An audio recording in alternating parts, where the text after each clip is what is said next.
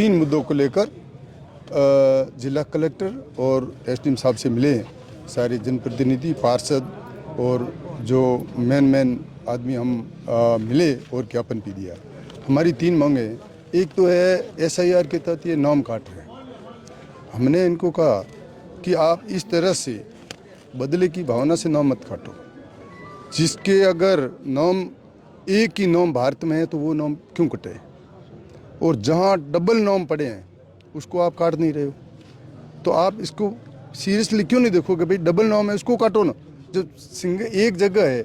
अब आप समूह की ढौणी की बात करो, बिसाड़ा की बात करो, शहर के अंदर की बात करो, कई जगह एक वार्ड में 200 300 गाँवों में। अब एक टारगेट व्यक्तिगत कोई अल्पसंख्यक हो, चाहे हमारे जैन हो, चाहे मूल ओबीसी हो, इस प्रकार टारगेट करके नाम काट रहे हो, ये अच्छी बात नहीं है। आपको भेदभाव नहीं करके निष्पक्ष कैसे चुनाव हो, आम मतदाता को मत देने का अधिकार हो, ये इससे वंचित मत रखो। ये हमने जिला कलेक्टर इनसे निवेदन किया है कि आप इसकी जांच कराइए। आप कोई भी यहाँ नाम काटने के लिए, ऐड करने के लिए 10 फार्म से ज़्यादा कोई दे भी नहीं सकता। यहाँ 100 200 के बंडल दिए जा रहे हैं। भारतीय जनता पार्टी के कार्यकर्ता जाके दे रहे हैं कि इनके नाम काटो, मतलब एक ही मुद्दा है कि काटो, भले सही हो गलत हो, हमें तो काटने ही है। मतलब इस तरह की राजनीति नहीं चलेगी। अगर इस तरह से होगा तो धरने प्रदर्शन करेंगे, लोगों में आक्रोश फैलेगा और ये वातावरण दूषित होगा। दूसरा है नगर परिषद की सीमाओं, वार्डों का पुनर्गठन हुआ, उस पुनर्गठन में इन्होंने वार्डों को तोड़ा। एक वार्ड जिसको कहीं जिसके नज़दीक है उसको दूर फेंक दिया, उसकी सीमा को। कई वार्ड है जो पास में थे उसको ख़त्म कर दिए।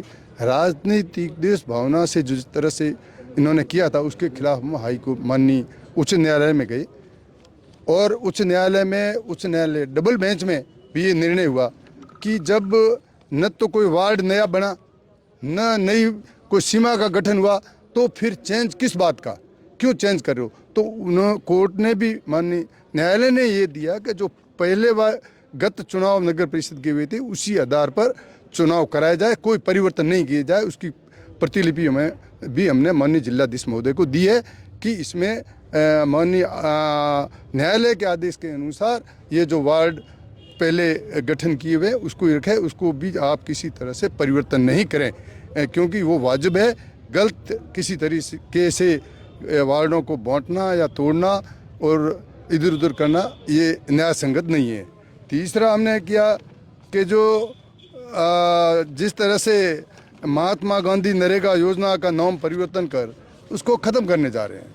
अब ये महात्मा नरेगा योजना चाहे ग्रामीण एरिया में, शहर में, इस तरह की योजना मेरे ख्याल से शानदार योजना, किस तरह से योजना अच्छी चल रही है, किस तरह उसमें टांके, अन्य सड़कें वगैरह उसका निर्माण हुआ, लोगों को किस तरह से रोज़गार मिला, अकाल हो चाहे सूखा हो, किस तरह से इस नरेगा के माध्यम से, महानरेगा के नाम, महात्मा गांधी नरेगा के नाम से इनको राहत मिल रही थी। और केंद्र सरकार इसको बंद करने जा रही है। अब वो 60-40 का रेशा नाम परिवर्तन किया। अब महात्मा गांधी जी का नाम चेंज करके आप दूसरे कर रहे हो। राष्ट्रपिता जिन्होंने देश को आज़ाद कराया, अब ये कोई सही है? क्यों राजनीति कर रहे हो? और उसके बाद भी जब ये केंद्र सरकार ये नरेगा के अंदर 100% अनुदान देती थी, अब 60-40 कर दिया कि 40% राजस्थान सरकार देगी। अब 40% राजस्थान सरकार के पास तो पहले ही पैसे नहीं है। अब सरकार के पास पैसे नहीं तो नरेगा चलेगी कहाँ से? सरपंच 2-2 साल से पहले ही चिल्ला रहे हैं, उनके पैसे आ नहीं रहे, पेमेंट आ नहीं रहा है। तो इस तरह से राजनीति जो हो रही है, नरेगा का जो महत्वपूर्ण मुद्दा जो हमारी सरकार ने, हमारे आदरणीय मनमोहन सिंह जी, सोनिया जी और राहुल जी के नेतृत्व में जो नरेगा का नियम रोजगार गारंटी का लागू किया था, उनको ये बंद करना चाह रहे हैं। ये हम हर वार्ड में, हर पंचायत में, हर ब्लॉक में, हर बूथ में जाएंगे और पूरे देश में इसका विरोध हो रहा है, धरने प्रदर्शन कर रहे हैं।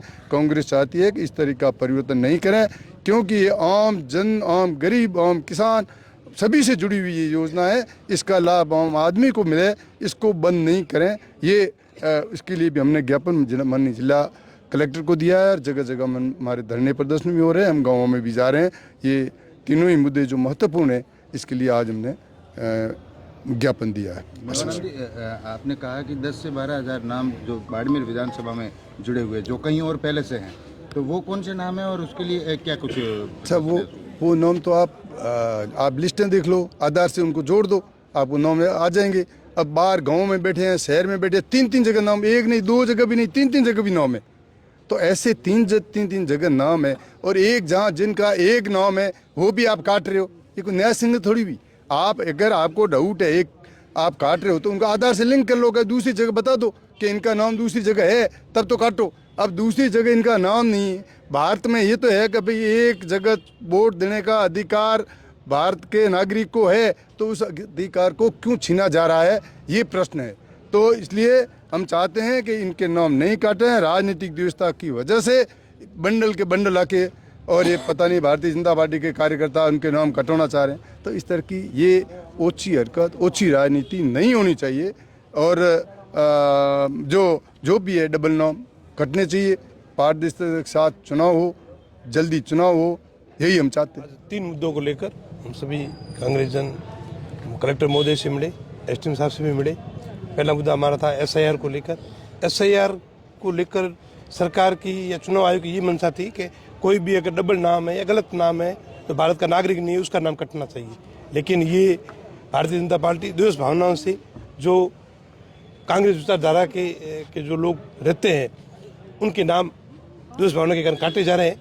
उसके लिए हमने कलेक्टर महोदय को और एसडीएम साहब को ज्ञापन दिया है कि आप उसकी जांच करें। जो यहाँ बैठे हैं उनके नाम आप काटे नहीं, और इस तरह से द्वेष भावनाओं से अगर राजनीतिकरण होता है तो ये हमारे लिए, समाज के लिए अच्छी बात नहीं है। दूसरा जो हमारा मुद्दा था वो जो बाड़मेर शहर के वार्डों को लेकर था। इसमें माननीय उच्च न्यायालय के डबल बेंच ने ये फैसला दिया है कि अगर आप वार्डों की संख्या नहीं बढ़ाते हो या वार्डों का पुनर्गठन नहीं होता है या उस शहर का विस्तार नहीं होता है तो आप वार्डों के साथ में छेड़छाड़ नहीं करोगे। 55 वार्ड है और 55 ही रहेंगे, ऐसा माननीय उच्च न्यायालय ने फैसला दिया है। उसके